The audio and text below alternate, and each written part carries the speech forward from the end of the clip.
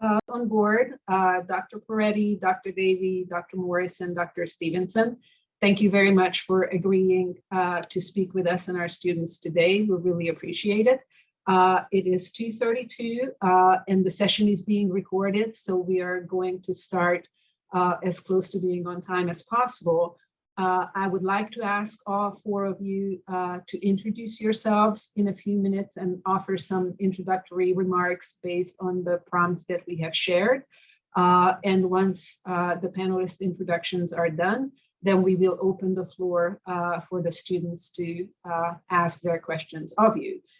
For the students, what I would like to ask or recommend is that you either submit your questions in the chat and we can read it out loud if you're more comfortable with that, or you can turn your camera and your microphone on and pose your question live to the panelists when we get there. Either one is fine. If you're not comfortable with posting the question in the chat to everybody to see, then you can direct message to Lauren or Lauren Surface or myself, and we can read the question out loud for the panelists. So with that, I'm gonna go in alphabetical order and ask Dr. Davey to start with her introductions. Okay, well, thanks so much for inviting me to be part of this this nice panel on a really important topic. My name is Brenda Davey. I'm a professor in the Department of Human Nutrition, Foods, and Exercise at Virginia Tech. I have been at Virginia Tech since 2003, so quite a while. And I also received my undergraduate and master's degrees from Virginia Tech, so I'm a true Hokie. I have had the pleasure of advising about 25 graduate students to date. About 10 of those were PhD students, and I've got 3 current graduate students. And I have to say, in addition to my research program, mentoring my graduate students is one of my favorite parts of my job. So I'm happy to offer advice, experiences, etc., to you all. I think one key thing to remember, at least in my opinion, my graduate students' successes are my successes. And so I'm really proud of all their accomplishments. And I think as advisors, that's what we're here to do, ensure your success so that you can go on to do the next thing that you really want to do. So that's all I'll say. Thank you. If we're going in alphabetical order, I'm looking to Dr. Morris to go next. Okay, great, thanks. My name is John Morris. I'm a professor in the Department of Chemistry. I have been here at Virginia Tech since 1999, so about 22 years now. I come from the Midwest originally, so I got my undergraduate degree at a very small college in Grand Rapids, Michigan, called Aquinas College. We had 4 chemistry majors in my class. Here at Virginia Tech, we're like 100 chemistry majors. So I was one of 4 majors, but I absolutely loved chemistry. Decided I wanted to go to graduate school, and I looked at many different graduate schools and found one place where I really connected with a professor. I built a relationship with this professor, and he got me excited about his project. So I went to the University of Notre Dame just to study this one project, where I got my PhD. And it's typical in people in sciences and academic tracks to go from a PhD to a postdoc position. This is a postdoctoral associate is typically a 2, maybe a 3-year almost internship for people who want to go on to be professors like I did. I did that at the University of Wisconsin in Madison for about 2.5 years, and then searched nationally for a faculty position. And really fell in love with Virginia Tech and Blacksburg when we visited here back in 1999. And I've been happy here ever since. I run a research group of my own now here at Virginia Tech. So there are 2 sides to my job. One is a teacher in the classroom. This year I'm teaching sophomore level analytical chemistry. And the other side, like almost all professors here, is I'm a research professor, and I run a research group that varies between 5 and 10 graduate students, depending on the year. Almost all of the students are studying to get their PhD in my group. And we could maybe talk more about their journey and my role in helping them through that process. I think Dr. Davey really put it well when she said that the student successes are our successes, and that's really what brings me joy.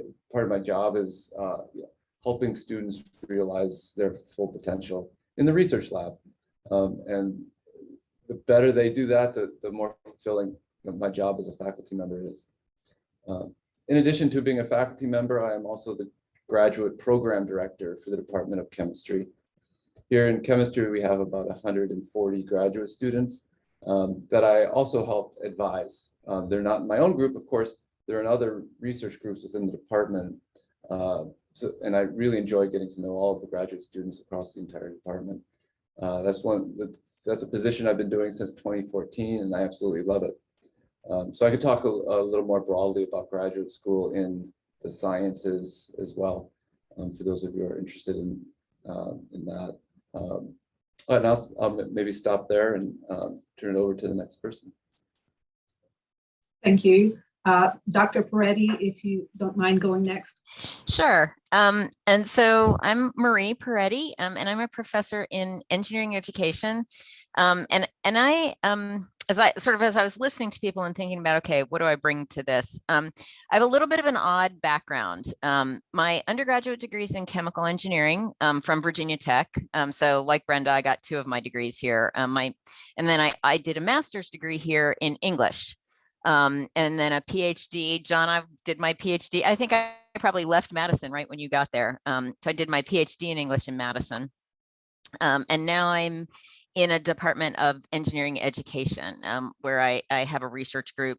We don't have a master's program in engineering ed. I've graduated. I just finished my 14th PhD student. So that's exciting. And my research group is usually 3, 4, 5. It's been as big as 10, but it's usually more in the 3, 4, 5 range. A couple things I think that I might sort of add or can answer questions about. I was a PhD student in the humanities, and now I advise graduate students in engineering ed in a STEM space. And those are really different kinds of experiences in terms of relationship with advisor, relationship to advisors, research, sort of expectations. And I think that's an important piece. It was a definite adjustment for me coming from my own PhD training, in which I worked on my own project. I did kind of what I wanted to do, and my advisor, it was in her space. My dissertation's on 4 contemporary poets you've never heard of, and my advisor is a specialist in contemporary poetry. Well, it was contemporary in the 90s. I guess it's not contemporary anymore. So it was in her research area, but I was not working on projects with her. I was not doing sort of work in her lab. I would go off for months at a time and write and, send her chapters and get feedback. Whereas my work in engineering ed, my students are often working on my funded projects or on work that is directly related to my funded projects. My research group meets regularly. I meet with my grad students sort of much more frequently.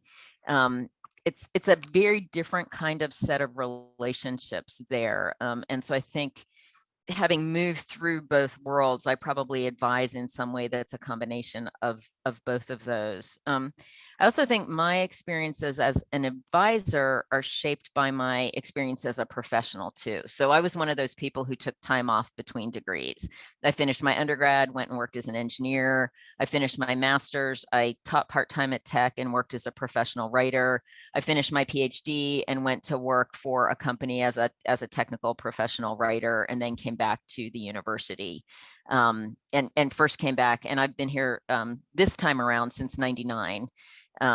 So my sense of the way I relate to graduate students is also shaped by my own experiences of going back to graduate school, having had professional careers, and I think about the relationship often in that sort of professional collegial way. And so I think thinking about graduate students as colleagues is really important for me when I think about advising. I think it's how my advisor treated me in a lot of ways, was as an emerging professional colleague, more so than as a student. And I think that transition from being an undergraduate student to a graduate scholar, graduate colleague, is part of that transition, and I think shapes some of the ways that I advise and that I think about my relationship to grad students. And then I think the other thing I would maybe throw out there as a piece to talk about is the question of how we manage time and time expectations, and what that means for me as an advisor thinking about my students and for my students in their space. Because graduate school, as it's constructed in the US, if you are also on an assistantship, is always going to be more than a full-time job.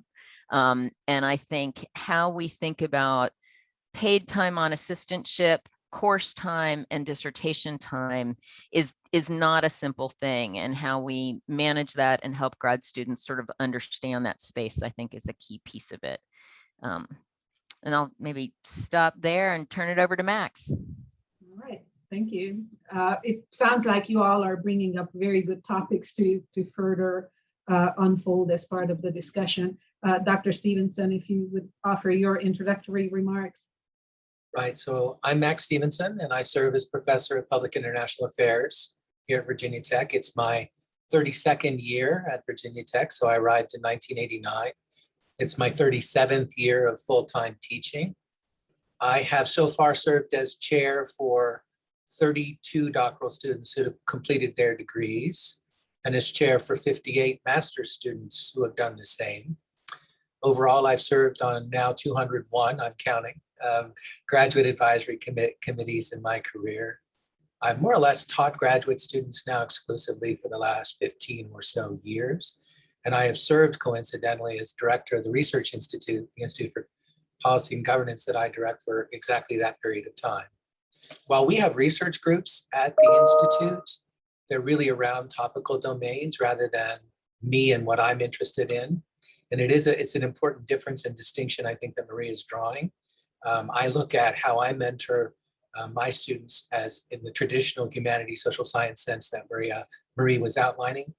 And I don't see it as my responsibility or my prerogative, for that matter, to have them work on things that I'm already working on. And I know there are differences across disciplines in that. And I think that is an interesting and important topic to address. I consider myself broadly educated. I actually had what is unheard of today in the social sciences, 5 subfields in my PhD. And I also really work across disciplines and have my entire career. I work in 2 interdisciplinary PhD programs, for example. And I would consider myself at this point, while I didn't start there, as a political sociologist.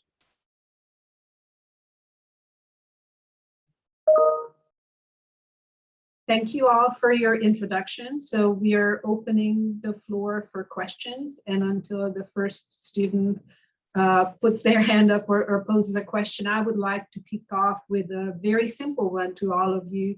How do your students know what you expect of them?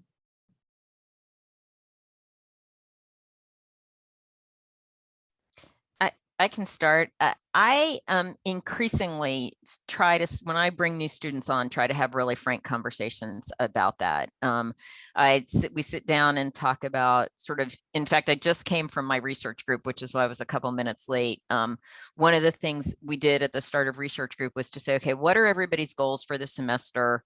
What do you want to accomplish? Where are you in your program? How are we going to talk through that? When I bring new grad students on, I talk about just expectations around communication, how regularly I'm going to meet with them, responsibilities for coming to research group. So I try to do that in fairly upfront ways, but I also continually encourage my new grad students to talk to my more senior grad students, because as I like to say, like, I can tell you what I imagine I'm like and what I imagine my expectations are and how I imagine I work as an advisor, but my students can actually tell you much more about that. You know, and I usually laugh with my students and I'll say, like, you know, if you can figure out how to manipulate me, which is not hard, I'm very easy to read, that means you are being successful. So if my senior students can tell you what it takes to get things out of me, I am all for people doing that. So it's some of it is my own upfront, here's how I think I work, here's what this looks like, but it's also go talk to the students who've been working with me for 2 or 3 years, and they will probably tell you things that I'm fine not knowing as long as they continue to work.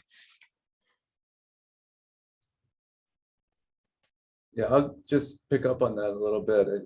I think goal setting is something we talk a lot about in my own research group. And we kind of break the year up in just, you know, like any academic calendar, into quarters. You know, in each quarter, we set goals for that quarter effectively, where the students want to be, say, by the end of the semester. And then I ask them to sit down with a calendar, old-fashioned analog calendar, and work backwards. If you want to submit a paper on December 1st, you need to have a rough draft to me by November 1st. And to get that done, you know, by October 15th, you need to be circulating a draft to the other group members, things like that. And they can work backwards. And then those goals, I make sure are this kind of a living document, which they can modify as they go. And we talk about those goals regularly. So I think, you know, for me and my group members, I really stress goal setting and open communication about how those goals are progressing. Something I always tell my students in chemistry, you can't tell the molecules what to do. They have a mind of their own, and we can't set them on this particular time scale that we want. So, you know, sometimes the molecules just don't work out and don't give us the answers that we want next week. So we got to push it off another week. That's perfectly fine. But as long as we have open communication, then we can recalibrate those goals on a regular basis. So I think open communication and with some clear goals broken up, long-term goals broken up into very short-term goals is something that I found that's effective for my students. I will say what's not effective though, is not communicating your progress to your advisor. I think some of the students that really struggle are concerned that if they bring challenges, if the molecules aren't behaving, or whatever it is in your field that's not behaving, your surveys aren't working quite right. You don't have to keep that to yourself. Be open about your progress. Talk to your advisor about it and why you need to modify things, and do that early and often, because I really look at progress in terms of how my students are adjusting to challenges, because that's what graduate school is all about. No, I think we're talking about 3 different things that are all interrelated in some ways. I do agree with all I've heard so far. Marie, you're right. We're individuals. People need to know about us and know about how we behave and our expectations and so on. But I also think it's equally important for the graduate students to rely on one another and to form a coterie of groups of help that help each other. And in many ways, they're the best advisors of folks that are coming up in the program. These are the kinds of things that you're going to encounter. We call them, John, milestones, right? You have certain things you have to hit.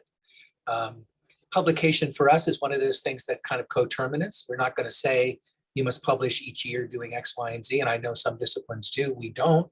But we do want to acculturate our students to publication, and we do want them publishing by the close. But there's no sort of, you must do this in year 1 and this in year 2 in our case. But I think those are different but related things. So yeah, I encourage folks very much to communicate often with me, to be aware of where they are in terms of their own milestones, development of where they are as a student, to keep me apprised of the same. And we map their trajectories accordingly. But also encourage them very much to have those relationships and to rely on their colleagues as perhaps one of the most important elements of graduate school for them, which is that group of people that they can, as Marie was pointing out, talk to anything about, even including me, and so on. And I think that that's important. And then this professional acculturation piece of writing those papers and so on, getting people to go to conferences, encouraging that possibility. I do, frankly, as I see people ready for that, right? I encourage it, especially as I think they're getting to the point where it will be most meaningful for them. Yeah, I agree. I think that I'm a planner organizer, and I like to begin with each student by having a one-on-one conversation about, what are your goals? Where do you want, what's your next step? If you don't know right now, that's okay. But if I have a sense of where you want to be 3 years from now, let's talk about what we can do in the next 3 years to make sure that by the time you leave here, you're super competitive for whatever that next job is.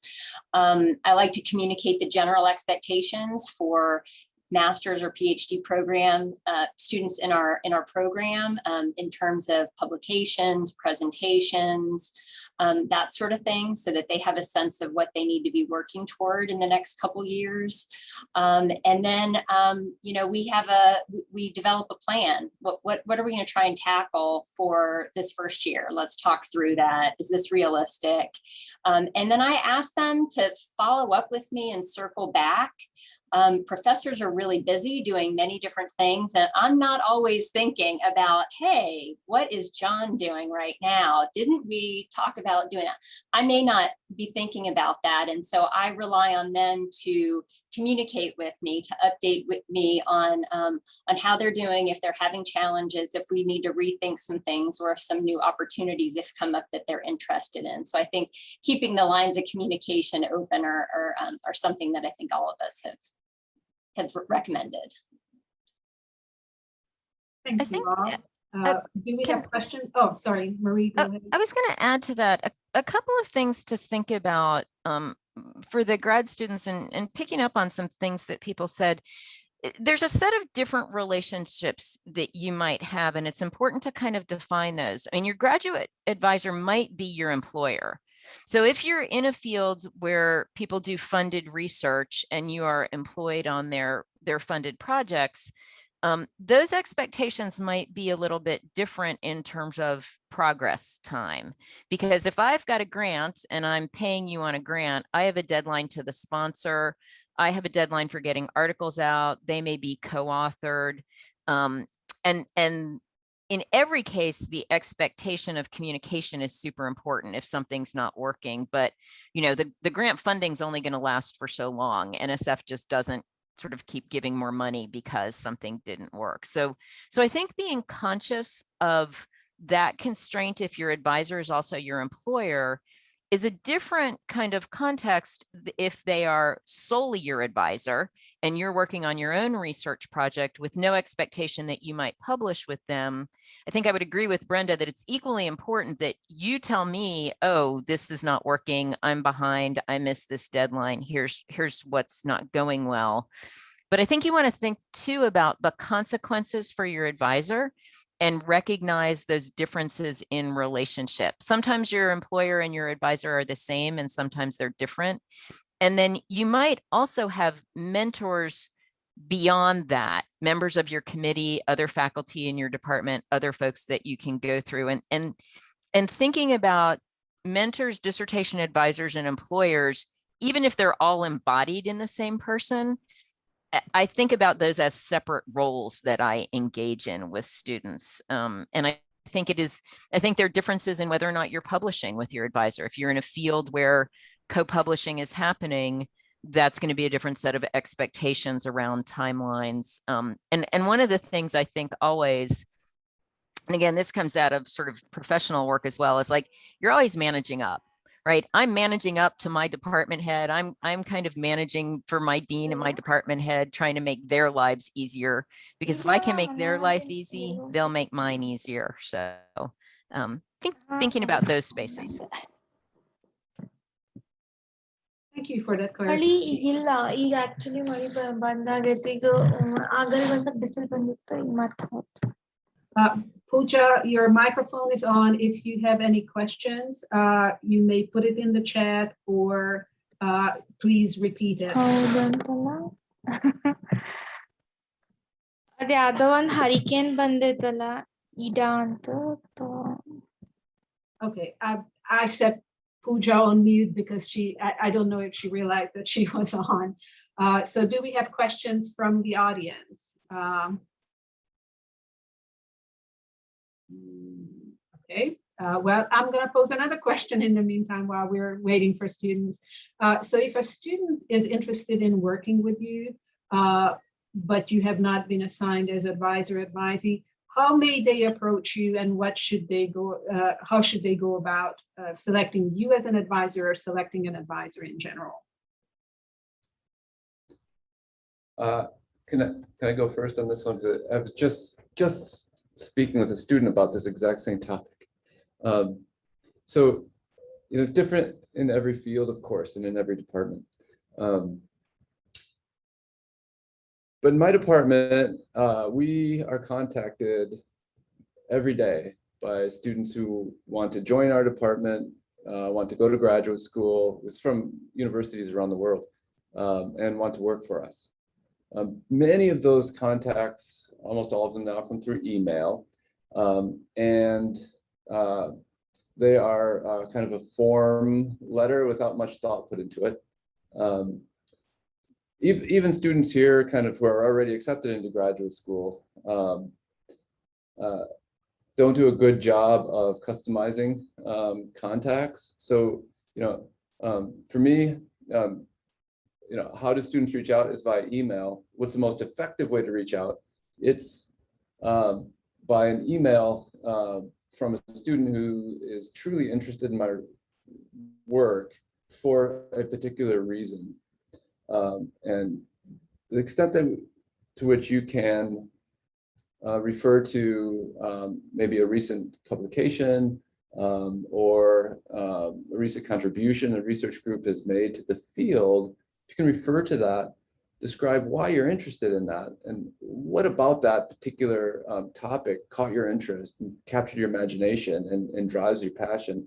Those are the emails that get my attention. And those are the effective ones that I really like to follow up with. So a little bit of it, for me, it's reaching out with an email. The most effective ones are those that tell me why you're interested in my research and how you're going to contribute to our research. So that's the first step in building a relationship with an advisor. And I think the students are going to hear this kind of theme I'm hearing emerging, which is absolutely right. So much of what you're doing in graduate school is building relationships. Consider when you contact someone you're interested in working for, the first step to building a very positive relationship that hopefully is going to last for many years to come. I think it's very, very similar in the social sciences.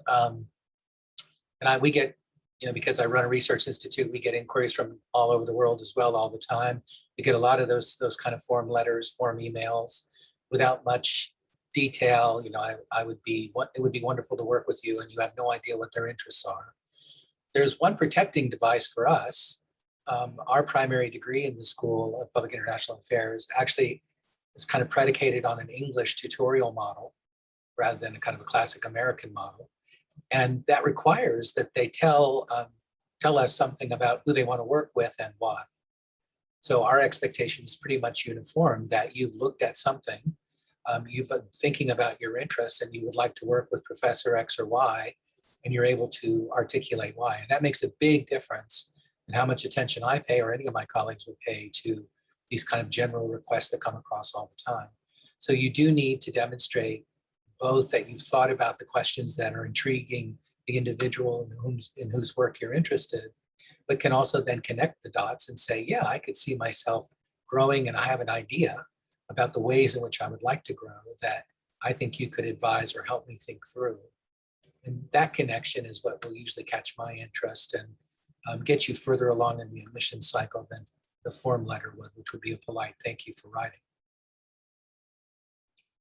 Yeah, I think it's an issue of fit on both sides. And in our department, that process happens before the student comes to Virginia Tech. So in order to be accepted into our department, they have to have a faculty advisor. So we go through this process prior to them being accepted into our department, but it's really the same process. I would meet one-on-one with the student, and what I want to know is, what do they know about my program? What are they interested in? Are their interests compatible with mine? Can I be a good advisor to them, given their interests? I also recommend that they meet with my graduate students without me for the reasons Marie brought up, because, you know, I'm giving them my perspective on what my advising style is like, or what it's like to work with me. And I think the students have a different perspective. So I think spending time with those graduate students is also really important in the decision-making process. Yeah, I don't know that. I see we're starting to get questions in the chat, and I think my colleagues have done a great job on those questions. We all like to talk about what we're interested in. So if you actually say something that's connected to what we're doing, we're much more likely to chat. All right, thank you. So this is what we needed to warm up. And now here come the questions from the students. And I'm going to try to read them in the order that they have been submitted in the chat. Have you found there to be any activities outside of those typically expected of a graduate student to be beneficial to a student's professional and personal growth? For example, reading outside of your discipline. And please respond in any order that you wish. Yeah, if I had a couple thoughts as I was reading that. So I think doing some service, some professional service is really important, whether it's service to the department or to the graduate school or university, or professional service. So I'm a registered dietitian. We have a professional organization. There are many opportunities for students to get involved in their profession, writing newsletter articles, et cetera.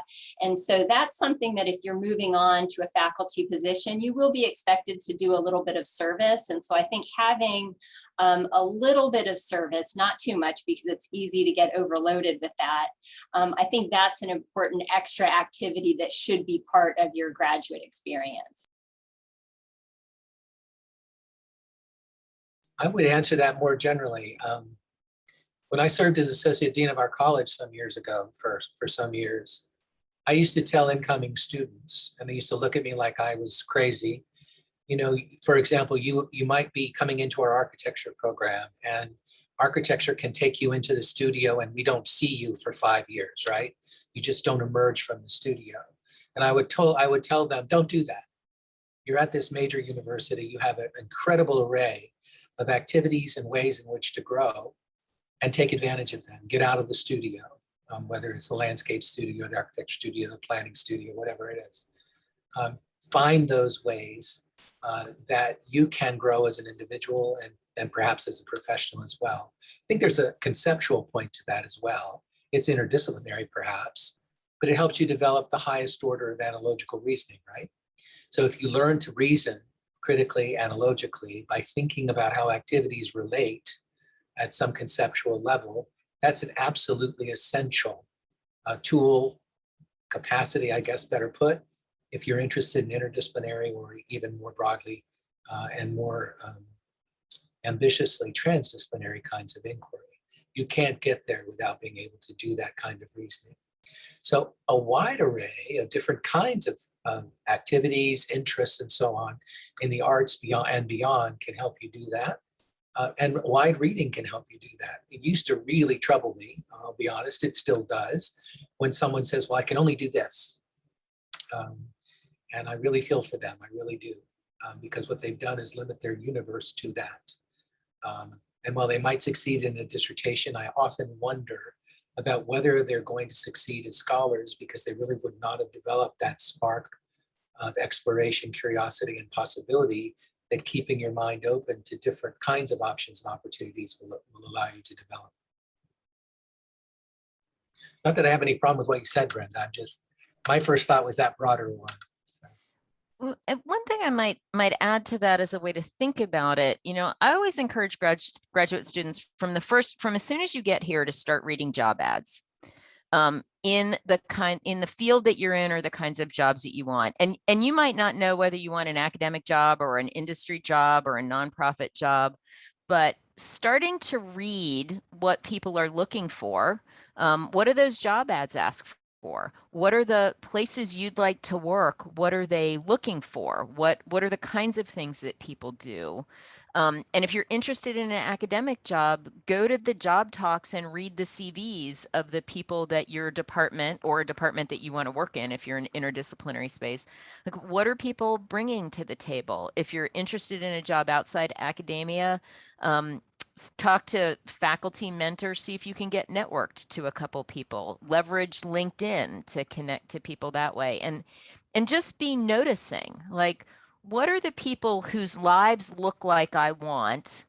What are those folks doing? What characterizes them? And you might, if you start reading job ads in your first year, you might change your mind like 6 times before you graduate, and that's fine. But you've been proactively saying, oh, I see this person and I'd really like to do X. I'd see that person and I'd really like to do Y. What are they doing in their world? Who are those people? And that's a really good way to figure out what are some of the kinds of things for personal professional growth that'll help you get to those places. Look for the models, look for the mentors, look for those spaces. Go to job talks. Yeah, and I think implicit in that, Marie, is another question that I like folks to think about, and that is, what kind of institution do you want to be in? If you want to be a teacher, you made it a broader question, but if you want to be a teacher, do you want to be in a community college? Do you want to be in a 4-year liberal arts college? Do you want to be in a research, master's institution? Do you want to come to a land grant? What kind of institution are you most interested in? And that gets to your point, Marie, about what sort of life do you want to lead, right? Where you want to put your emphasis and your particular skills and curiosities will in fact vary to a considerable degree in terms of at least professional obligations by the kind of institution that you're interested in being associated with. If you'd rather go into a non-academic career, it's important to be thinking about what are the roles that I could play in a nonprofit or in an international, in my case, international organization or whatever. And I would rather develop and be thinking about how do I get into the UN system, or how do I get into a major international non-governmental organization working for X or Y cause. All fine, but again, you need to give it thought. And one way to do that and see what people are bringing to the table, so to speak, is to be aware of exactly what you're suggesting. And I would add to that advisors are very different in the freedom expectations that we might have for our students. So some advisors, and you're hearing from a group of people who are super open, I think, and supportive of trajectories that our grad students might go on. You might have an advisor. I mean, we all like to replicate ourselves, right? That's what graduate advising is in some way, right? Is we imagine us producing scholars like ourselves, but certainly not all my students choose R1 universities in that same way. If your advisor's not particularly excited about thinking about you going different directions, then find some mentors inside or outside your department who are. I would hope that all of my colleagues would be open and supportive in those ways, but they might not all have the expertise to direct you in those ways. And so I think that open communication with an advisor, but also identify mentors who can help you think about the kind of career that you want is important. And if that's not your advisor, then who else might it be? Okay, I would like to switch gears with the next question a little bit that was submitted by a new master student who is asking in the chat what to do, and I'm paraphrasing a little bit, what to do if their advisor hasn't reached out to them yet. How would they approach it? Should they initiate contact to discuss expectations about the start of the semester, about deciding on thesis research, whether they would be joining a lab or doing something independently? Do you have any thoughts on that?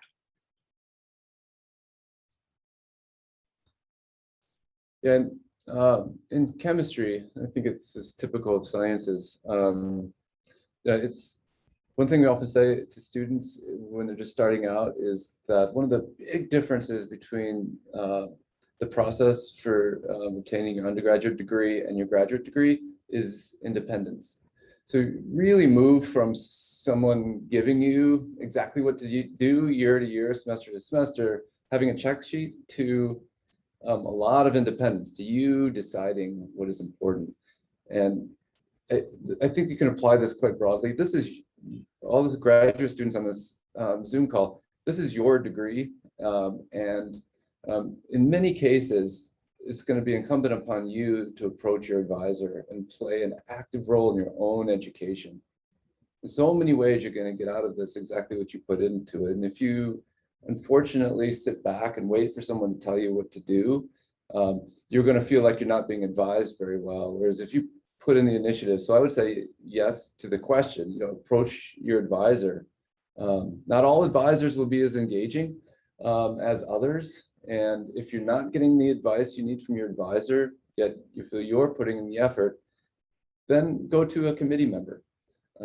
Every master's and PhD program has, you have a set of advisors, not just one person, but you have a committee advising you. You can seek help there as well. So start to build relationships with other faculty in your department, other committee members. Graduate program directors can help you with situations with faculty. So it's your degree, so go out and be proactive.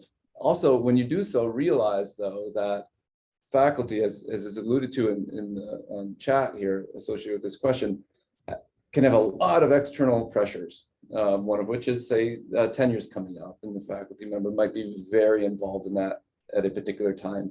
Try not to take it personal if we need to wait a little while before we fully engage with you.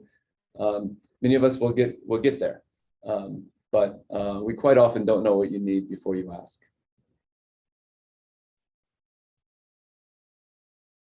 I appreciate personally when people approach me and remind me or that they need assistance or whatever. So I never take an affront at all, and I'm perfectly interested and happy to chat with them. So it's important to think about this as, I love the way you put that, John. It's your degree. It's not our degree. We earned ours some time ago. But how can we help you? You need to help us understand how we can help you do what you would like to get done. And I would say part of that, and this goes again, sort of, I think a lot about managing up. Open-ended questions like what should I do are the hardest for faculty to answer when we're busy. But if you've taken the time to say, I can see 3 alternatives and I'm leaning towards alternative 1 because it's got these strengths and these opportunities in this, but I could also pursue 2, which has these, or 3. It's a lot easier as a faculty member if you've taken the initiative and generated some potential solutions. Any of you who've worked outside academia know that that's like rule number 1, never go to your boss with a problem, always go with a solution or 2. And that will also help faculty. And it might not be right. I might look at the 2 alternatives you give me and go, no, actually it's not either of those, it's something else over here. But if you've done the work and given me a start, so that's about that, also about this question about being overly demanding, but seek advice. Be really specific in what you want. Give me some alternatives. Give me some deadlines too. Like I'm a faculty member, and I think a lot of us are. We work to deadlines. And that's a lot easier to say, would you be able to give me feedback on my 3 potential research questions by September 10th? I've laid them out here for you. These are the 3 areas I'm thinking about, or I'm grappling with 2 courses that I might take this semester. Course X does this and I'm leaning towards it, but I could also take course Y and it would have these benefits. Right now, my gut is X. What do you think? And if you could let me know by October 1st, because the drop deadline is the 6th, that would be great. So the more you can make it easier for faculty to give you advice, the more you can make it easier to give guidance, then in fact, the easier it is to do that. It not only makes it easier, Marie, yeah, absolutely right. It makes a really good impression, right, on faculty. And every time you present yourself to a faculty member, it's an opportunity for them to evaluate you. And we all do this at some level. Right? We're professional evaluators. That's what we do as faculty. So you want to make a good impression, come with ideas and potential solutions. Yeah, and I guess the conceptual piece of that is that if it isn't a question about a course, for example, but it's a question about directions, research, whatever, is it opens the conversation in a meaningful way. And you've actually said, I've got some ideas here that the faculty member can work with. You're not asking the sky blue question of what shall I do when I grow up, right? So, but bringing something to the table that could then be discussed, refined, honed, you can have a conversation, is a big leap forward. And I think, as John suggests, much appreciated by faculty members. I might add, looking at that, the next question too, working with advisors who prefer to work over Zoom rather than in person. Things like running meeting agendas, a Google Doc that has a meeting agenda that can be shared. If you're working in Zoom, and obviously we all did a lot of this over the last year in the pandemic, but several of my grad students come to a meeting with me with an agenda. And if we're meeting on Zoom, often that's in a Google Doc that we can both be looking at, and there can be links in that Google Doc to drafts of an article or drafts of an abstract or a plan of study or whatever they might have questions on, that can sort of create that shared workspace. I think the pandemic, people have different health vulnerabilities, people have different challenges with kids and family and responsibilities that they might be balancing. So thinking about ways that you can use collaboration tools like a Google Doc and embedding links in can make the meeting go significantly smoother, and then can also be part of that seeking advice. So if you send me the agenda the day before the meeting to say, I know we've got a meeting tomorrow at 2:00, here's the agenda, my top 2 priorities are going to be this. I've put links in with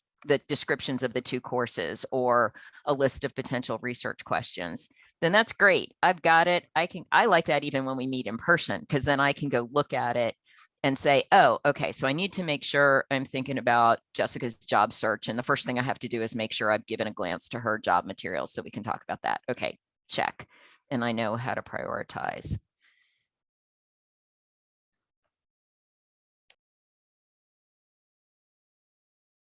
Are there any more thoughts on the tail end of the previous question about balancing coming across as overly demanding versus seeking advice and guidance for really busy advisors? And I want to acknowledge, kind of as a disclaimer too, that we have selected 4 panelists who are recognized for their excellence in advising and mentorship and leading in their department. So it's not a coincidence that you have very engaged faculty members here, but how do students navigate relationships with advisors who are less talented in their mentorship and advising, or in their investment, or less committed to investing in their graduate students? Do you have any thoughts on that?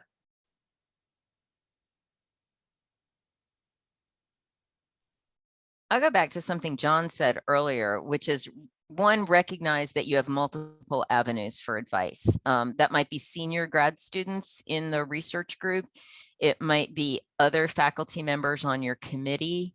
I think building that network is going to be important.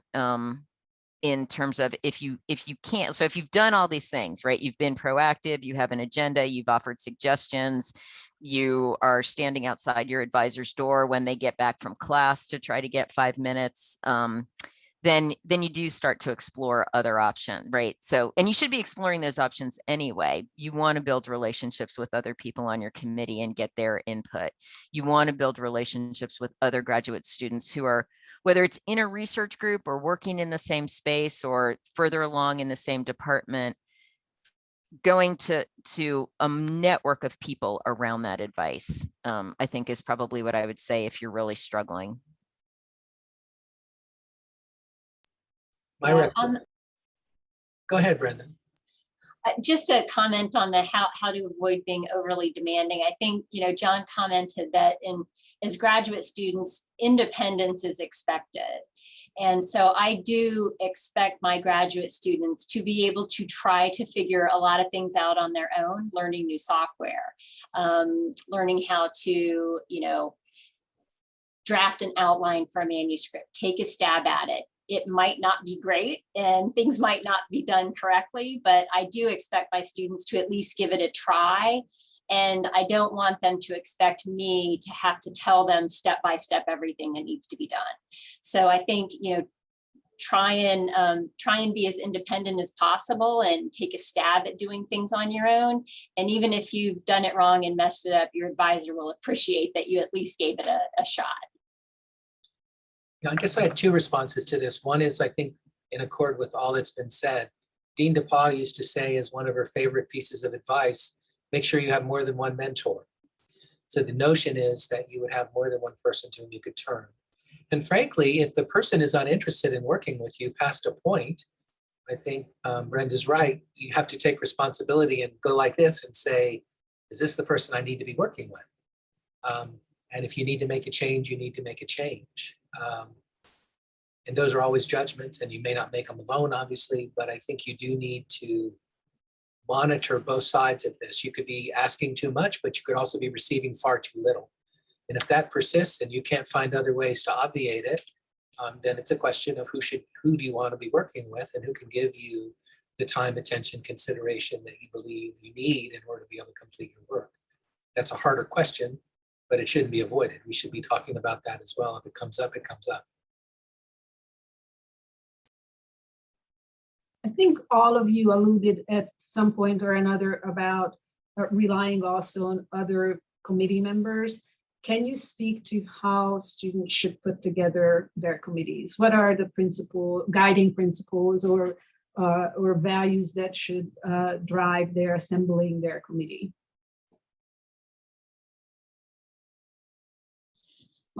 With my students, that is something that we develop together. We talk about the types of expertise and talk through options and who might they like to include. It also needs to be, from my perspective, folks that I'm comfortable working with in a lot of cases. And so I think it's a two-way conversation. I think that makes a lot of sense. You do look for expertise. One of the things I like to say is, yes, I'd like to be comfortable with the person, but it's not my committee. It's ultimately your committee. And we talk about a range of people who might play roles. Everybody has rules on, how many members can be from where or whatever. So you have to fulfill those as well in terms of the department or the college that you're working in. But beyond that, I have folks go and interview people. I'm interested in this topic and I had you for a class, or I've heard from somebody that you are interested in this topic. How does that sit with you? And would you be interested in potentially exploring this topic as a member of my committee, making no decisions at that moment, but talking to people, and then where they get a sense of real interest, people asking questions, really intrigued by the topic or question or whatever, they can walk away and think about the complex mix of folks that they want on their committee with an idea to that interview. I talked to so-and-so and here was my sense of what they said. They can, and they do, they can then come back and talk to me about those perceptions as they're kind of deciding on the final mix. But it ought to be a mix of expertise, someone that your chair can work with, certainly, but also someone that you believe really is genuinely interested in your work. You have a sense that they would be committed and engaged, and that's important, and that you are comfortable with as well. It's not just your chair's committee, it's your committee ultimately, and that matters a lot. Yeah, I think that level of comfort is important, and exactly as Brenda and Max said, I collaborate with my students in designing their committees. One thing to keep in mind as you're considering committee members, or if you already have a committee, one of the most valuable things beyond your education that you're going to leave here with is 3 or 4 people who can write letters of reference for you. Many of those can come from your committee members, especially if you spend the time building relationships with them during the course of your degree. So as you're selecting a committee, consider that. Are you selecting people with whom you believe you're going to be able to develop a professional relationship with? And then if you already have a committee, think about that on a regular basis. Approach your committee, ask them for help. It's their job to help co-advise you through this process. Asking them for help on certain things, running ideas by them is always an opportunity to build a relationship. And when we write write letters of recommendation, we refer to those kinds of conversations. We need to know what you're doing. We like to describe that when we write letters of recommendation for you when you leave. So keep that in mind, associated with selecting a committee and then engaging with your committee after that. Yeah, I mean, I would say sort of the same round of things. I think sometimes you think about committee members in terms of their social capital. So sometimes it's about their expertise, but sometimes it's also about, oh, I really want to go into extension work or community development work. So it might be really important to have somebody on your committee who's doing that kind of work or who's connected to people who are doing that kind of work. And I think it's useful when you put together a committee to talk about time expectations and to be on, upfront with people in terms of what some committee members will have lower investment, some will have higher, some may be because, so in human subject research, you might want access to a particular population. And so it makes sense to put someone from that community or with that access on your committee, and you and the committee member are both clear about that, right? So what's their role? Not everyone will have the same kind of role. So you're thinking about who will help your research, but also who will help your career after your research is done. And your committee can be a mix of those as you and your advisor talk through those issues.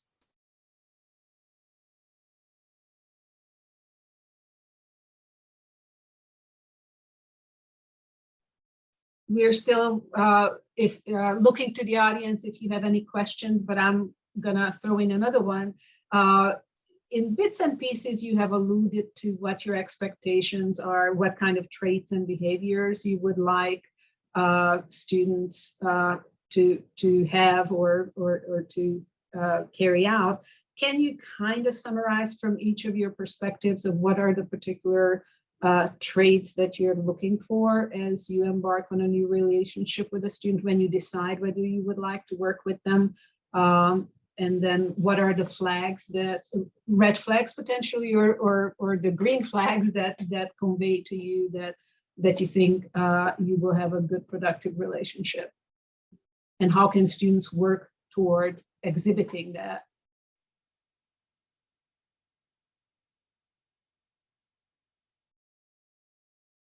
Well, I'll start. I think in terms of characteristics, I look for curiosity. I look for a passion in which they're interested. I look for a willingness to dwell in ambiguity, which is often important, and to be able to deal with that rather than searching for false certitudes immediately, or I would like to know everything that I need to know now.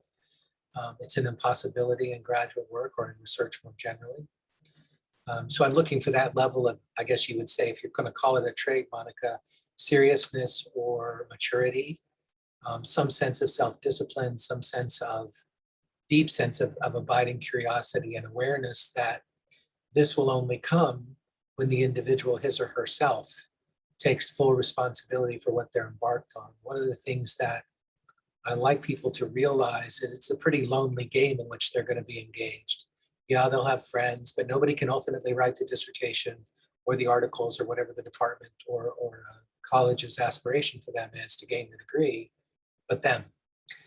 And their advisor can be the world's most gifted, but they can't do it for them. And so some sense that they are aware that they're going to have to grow and mature in the role and are open to those possibilities. And I've said this before, but I'm always interested in people with open curiosity, what I like to think of as a kind of curious intelligence, I guess, that there's a porosity that they're interested in a variety of things, energetic about doing the same. I also am always interested in people that understand that it is a partnership, that it isn't just that your dissertation advisor is a slot machine and you need to go and get stuff from them, but that you have responsibility in the relationship and you have responsibility in the collaboration as well. And that they should be trying to articulate their needs and goals as clearly as they can. So you as the advisor can maximize how helpful you can be for them. And that again, I know is linked to maturity, but I do look for it. And I look for people that are able to articulate those things in a kind of reasonably thoughtful way, even when they're early in their programs, whatever their program might be.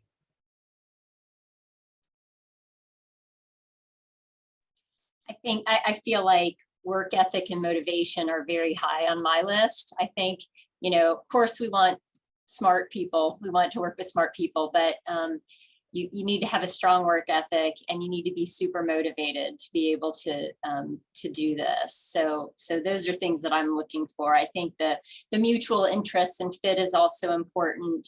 And I do human research, so it's really important that folks working with me have good interpersonal skills. They can get along well with people. They can get along well with other graduate students, with study participants. Those skills are really important to me. No, I'll add to that there are three additional qualities that I look for in addition to what's been said. One of them is creativity in the work that you do, and that's something that not every student comes to graduate school with, but I think it's something that can be developed. Read broadly, not just in your field. Read. It's my advice I tell my students this all the time: pick up a novel and read it, or something nonfiction, and really develop a broad curiosity, because and creativity is what I meant. That will help you be creative. It'll help you approach our science maybe from a different perspective than someone else. Read some science fiction. These kinds of things can help the creativity. The next quality I would add to that is open-mindedness.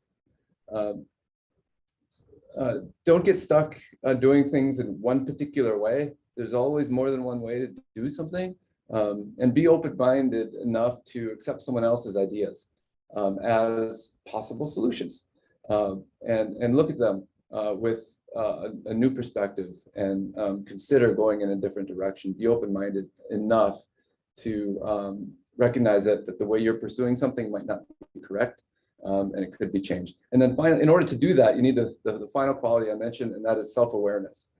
I think graduate students, the best graduate students, are really aware of what they don't know and what they personally need to improve upon, and they work to make that happen. So put yourself, step outside of yourself and take a look and assess your weaknesses and limitations and your strengths. I think that's just as important, but be aware enough about yourself such that you can improve the things you're not happy with, and leverage the things that you think you're really good at.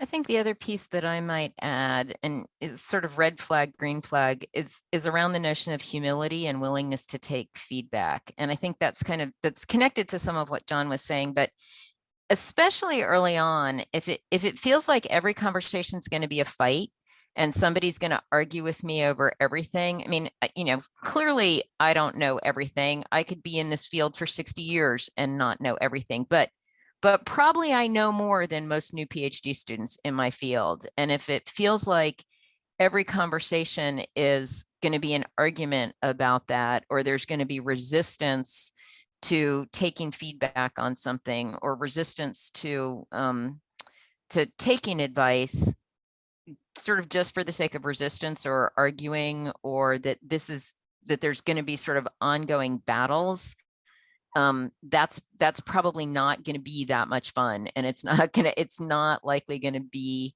a productive relationship. I mean, presumably you're choosing an advisor, and this is complicated because it's also wrapped up in funding. So for disciplines where there's funded research, this gets trickier, right? Because your choice to stay with or move from an advisor may also be about where your funding is, and leaving may not be simple if your funding is tied to someone. But if if you don't have an advisor whose expertise you respect and who you're coming to because you think they can help you, and I've known grad students where it was not at all clear to me that they did sort of have that, and those relationships, whether they've been my advisees or I've watched other relationships, it just doesn't go well. So that sense of humility, that sense of learning, And often that can be challenging too when you're coming, I came back to graduate school several times after industry. And I've, often said academia is sort of the last bastion of class in America. Like, we're very hierarchical and we have doctor titles, and, you go work for a company and you're on a first name basis with the president. Parts of the academic community are much more hierarchical than that, and much more wedded to titles. But I think still sort of having that understanding of what your advisor is bringing to the table. And if they are recommending something that you don't think is right, making sure you have really good reasons and that those are clear, and that's also respectful, but understanding why they might be recommending sort of something that might actually be the easiest path through this. I think that it's openness, but it's that level of humility and ability to take feedback that can make a relationship more or less productive. And hopefully also, as you're looking at advisors, you want someone who is also willing to listen to you and to your goals, and who is also, so I think that openness and humility work both ways. I feel like as an advisor, it's also my responsibility to be humble and go, oh yeah, okay, so I can see that. I can see why you want to go in a different direction. Here's what I think the consequences of that are going to be. And I often say to students, my job is not to tell you what to do or what choices to make. My job is to tell you the consequences of your choices. This goes back to that idea of independence. You can be in graduate school for 3 years, 5 years, 10 years, right? That's up to you. Funding may change. You might not be able to continue on a TA. When you come to me with, should I do this opportunity? Should I do this thing? Should I go this way in my dissertation? I'm going to tell you what the consequences of those choices are. Yes, you can spend the summer in Indonesia on vacation. That's great. That means we're moving your deadline here. If you're okay with that, and your funding's going to run out at this date, if you're okay with that, then that's a fine choice. Doesn't matter to me how long you take to get your degree. Max said it earlier, like, we have degrees, we have jobs, but you want to be able to accept the consequences of your choices too. So you can't tell me you want to take 3 months off to go to Indonesia, but you still then want to graduate a month after you get back if I don't have a complete dissertation draft by the time you leave. So being willing to accept the consequences. That raises something else that I have trouble with as an advisor. And I think all these are related. I was calling it maturity. I think humility is a piece of that. A self-understanding is obviously going to enshroud all of this. But I do try to make judgments. Sometimes I might think, how mature is this person? How reflective are they? And then I realize how old they are, what their experience has been. And you take a flying leap, so to speak, as an advisor and say, I'll give it a try. But that, I think these habits of mind and indeed of heart matter, right? And so advisors are taking a measure of these things, but I think you need to be, as a student, reflecting on them as well and trying to be as open with yourself and honest with yourself in terms of what you are actually bringing to the table and the ways in which you are actually behaving. And that matters as well. So that reflection should go both directions, as Marie is suggesting. But it's hard sometimes because you do know, or at least my experience has been, students will grow a lot. And I don't expect full maturity when they arrive at my door the first time. But it is a judgment. And again, you're looking for these kind of qualities of mind and heart that give you an indication that it's more likely to work out than not. And the kind of example Marie is suggesting is a good one for going, I don't know.